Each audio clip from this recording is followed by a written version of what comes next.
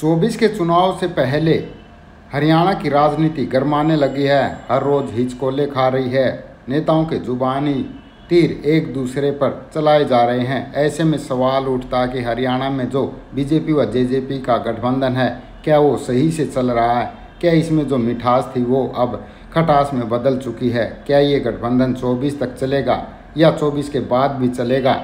इन सब को लेकर जो है विपक्ष शुरू से इस गठबंधन सरकार पर सवाल उठा रहा है। पर अब खुद जेजेपी के प्रधान महासचिव दिग्विजय सिंह चौटाला ने अपने दिल की बात सार्वजनिक तौर पर कही है, या यूं कहें कि दिग्विजय ने अपने दिल की टीस जाहिर की है।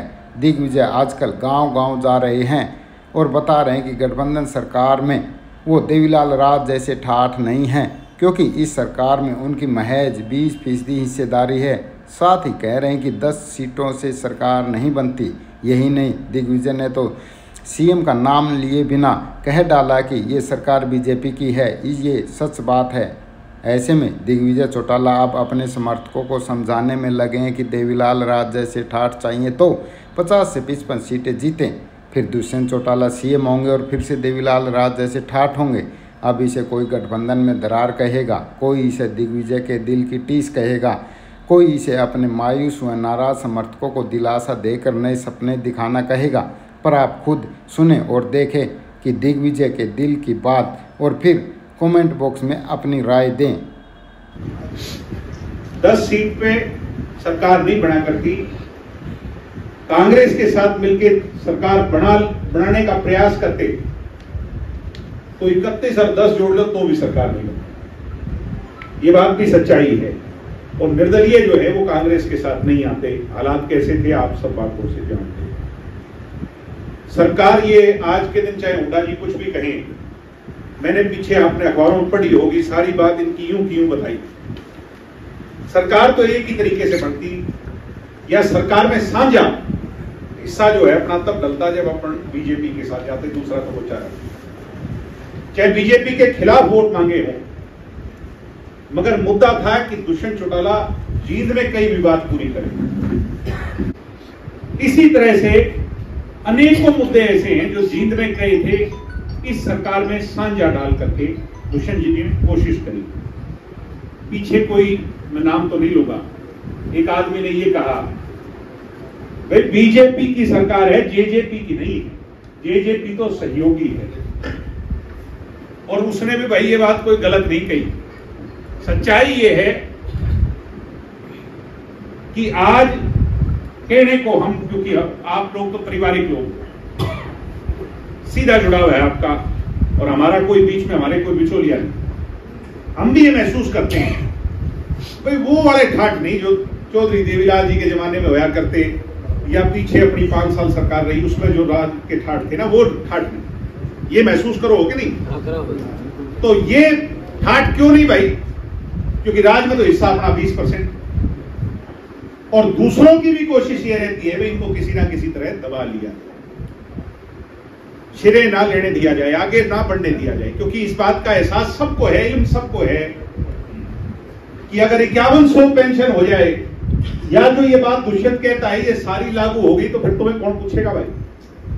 सहमत हो कि नहीं मेरी बात से? हमारी उम्मीद तो दुष्यंत से है 100 की, और सीट है दुष्यंत के पास 10।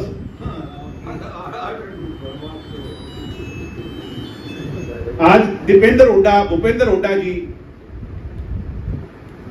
जगह जगह घूम के दुष्प्रचार करते हैं, एक ही बात कहते हैं, भाई 5100 नहीं कर पाया।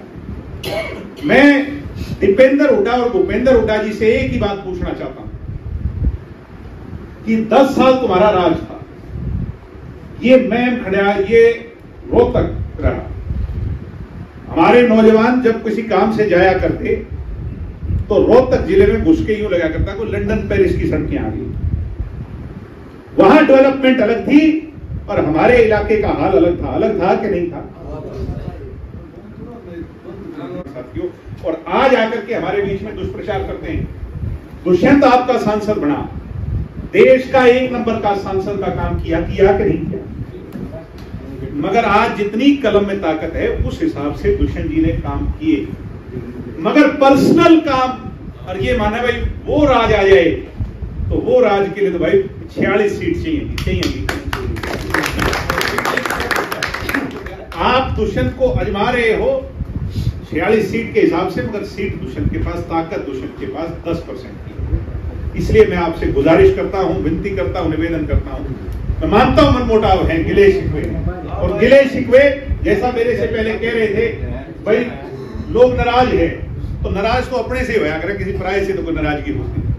तो आपकी नाराजगी हम भी मानते हैं, जायज है, मगर आप मेरी बात पर विश्वास करो कि दुष्यंत की नीयत में खोट नहीं है, आपके लिए जो वफादारी है उसमें खोट नहीं है, और आपके सहयोग स्वरूप, आशीर्वाद स्वरूप हालात परिस्थितियां राजनीति में बनती हैं, बिगड़ती हैं, बदलती हैं, आपके साथ मिलकर मेहनत करेंगे, 36 बिरादरी को फिर से पार्टी के साथ मजबूती से जोड़ेंगे। ये बवानी खेड़ा की सीट तो भाई आप लोगों के हाथ में है, ये दुष्यंत की झोली में डाल दियो, वो दिन दूर नहीं, कहने वाला चाहे कोई कुछ भी कहे, आने वाला समय आपका होगा 2024 के अंदर आपके सहयोग स्वरूप 46 नहीं, मैं कहता हूं हालात ऐसे बढ़ जाएंगे कि 50-55 से ज्यादा सीटें जननायक जनता पार्टी के साथ, मगर उसके लिए हमें संगठित होना पड़ेगा, और उसी के लिए मैं आपसे निवेदन। जनसंपर्क अभियान हमने पार्टी ने छेड़ रखा है, और ठीक इसी प्रकार 90 के 90 हलकों के अंदर पार्टी के नेता जा रहे हैं। आज मेरा आना बवानी खेड़ा हल्के में हुआ, गांव-गांव जाकर के लोगों की जो समस्याएं हैं उनको जान रहे हैं, उनका निपटारा हो और पार्टी को और कैसे मजबूत किया जाए उस पर लोगों से चर्चा करने आए। क्या माना जाए कि 24 के चुनाव की तैयारी शुरू हो गई है? हमारी पार्टी सदैव इलेक्शन मोड में रहती है, और 24 के चुनाव की तैयारी हो चाहे और चुनाव की हो, हम सदैव चुनाव के लिए हर प्रकार से, हर तरीके से पार्टी तैयार है। और चाहे चुनाव लोकसभा के साथ हों चाहे विधानसभा के अलग हों, जननायक जनता पार्टी मजबूती से चुनाव लड़ेगी, और भविष्य में निश्चित तौर पर हरियाणा की जनता के आशीर्वाद स्वरूप दुष्यंत चौटाला हरियाणा के मुख्यमंत्री हों। कर्नाटक चुनाव के 2 नतीजे हैं, उसके बाद जो कांग्रेस काफी उत्साहित और कह रहे कि आप वो साउथ इंडिया के अंदर अलग ट्रेंड चलता है, नॉर्थ इंडिया में अलग चलता है। ये तो देश ने आज तक देखा इतिहास में, दक्षिण की राजनीति अलग है, उत्तर की राजनीति अलग है।